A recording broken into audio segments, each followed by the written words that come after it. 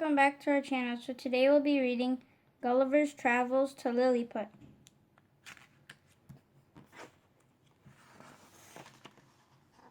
Once upon a time there was a man named Gulliver. He was a curious person and he loved to visit new places and meet people. One day Gulliver packed his bags, said goodbye to his wife, and boarded a ship that was sailing to the South Sea.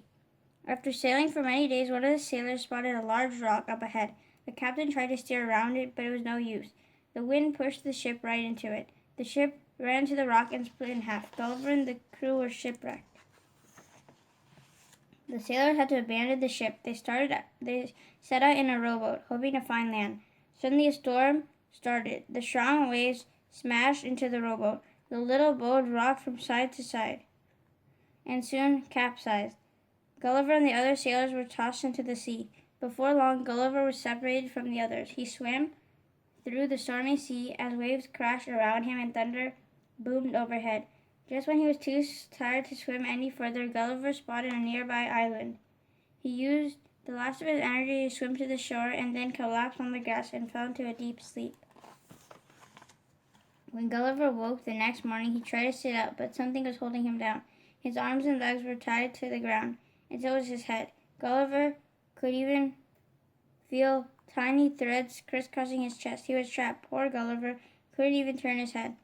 Gulliver lay on his back, wondering what to do. Before long, he felt something tickle his legs. Then it moved up his chest, almost to his chin. Gulliver looked down, and he was surprised to see a little person standing on his chest. The little man was only as big as one of Gulliver's fingers, which is to say that he wasn't very big at all. He held a tiny bow and arrow in his hand and looked at Gulliver curiously. Just then Gulliver felt a bunch of other tiny people running up his legs. When they reached his chest, they stared at Gulliver and whispered excitedly in a strange language. Not sure what to do, Gulliver yelled. The tiny people were terribly frightened by the sound of his booming voice. They leaped off him in a hurry. Gulliver tried to see if anyone had been hurt by jumping from such a great height, but he was unable to turn his head. Gulliver wiggled on the ground as he tried to sit up. He quickly realized that he was only tied down by a string. By pulling hard, he managed to break some of the strings that held down his head and his left arm. Now able to move his head a few inches, Gulliver turned to see what was happening beside him. "Toglophonac!" cried a little man as Gulliver moved. Suddenly Gulliver felt 100 tiny arrows prick his left hand. The little people had attacked him, but the arrows were so small that they didn't hurt Gulliver. They only felt like little pinpricks. Gulliver decided that the best thing to do was just lie still.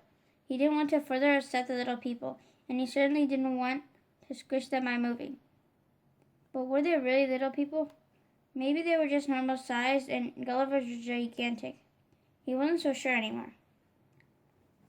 Before long, Gulliver heard a commotion beside him. The tiny people were cutting the remaining strings fastened to Gulliver's head. He turned his head and saw that a platform had been built beside him.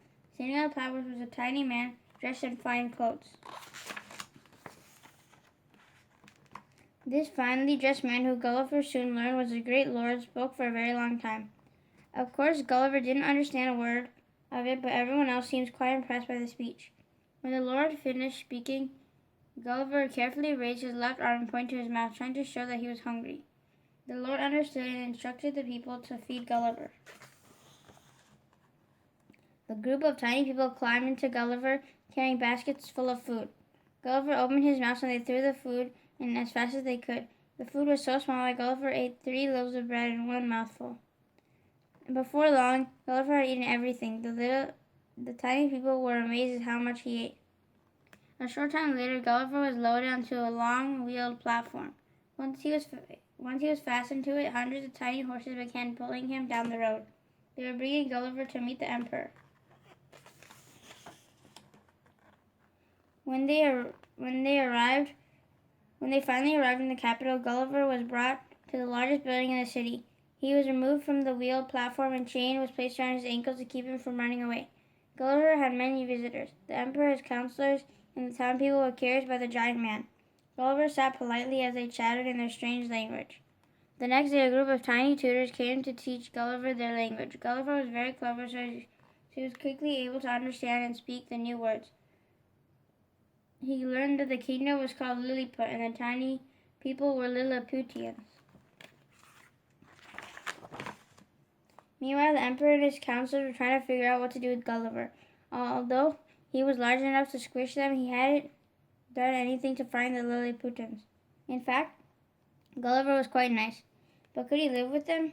Some of the counselors were worried that he would eat all the food in the kingdom. Finally, the emperor came to see Gulliver. "Please," Gulliver said, "will you release me? We will remove your chains," said the emperor, "but you must make a few promises first." The next day there was a grand ceremony. Gulliver was asked to promise not to leave Lilliput without the emperor's permission. He also had to be careful not to frighten or squash any of the Lilliputians as he walked around the kingdom. Gulliver vowed to help deliver messages, construct buildings, and keep Lilliput safe. Gulliver put his hand over his heart, as gentlemen do, and promised to follow the rules. Then he repeated the promise according to the Lilliputian way. He held his right foot in his left hand and placed the middle finger of his right hand on the top of his head, stretching his thumb to the tip of his ear. Remember, the Lilliputians cheered widely. Gulliver's chains were removed. He was free. Gulliver lived in Lilliput for some time, helping the emperor and the Lilliputians. One day, a large rowboat washed ashore, large enough for Gulliver, that is.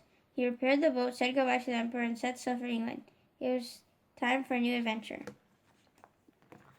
Thank you for watching. Hope you guys enjoyed Gulliver's travels to Lilliput. And stay tuned for more book reads coming soon. Take care, guys. Be safe out there, and we'll see you again soon. Goodbye. Bye.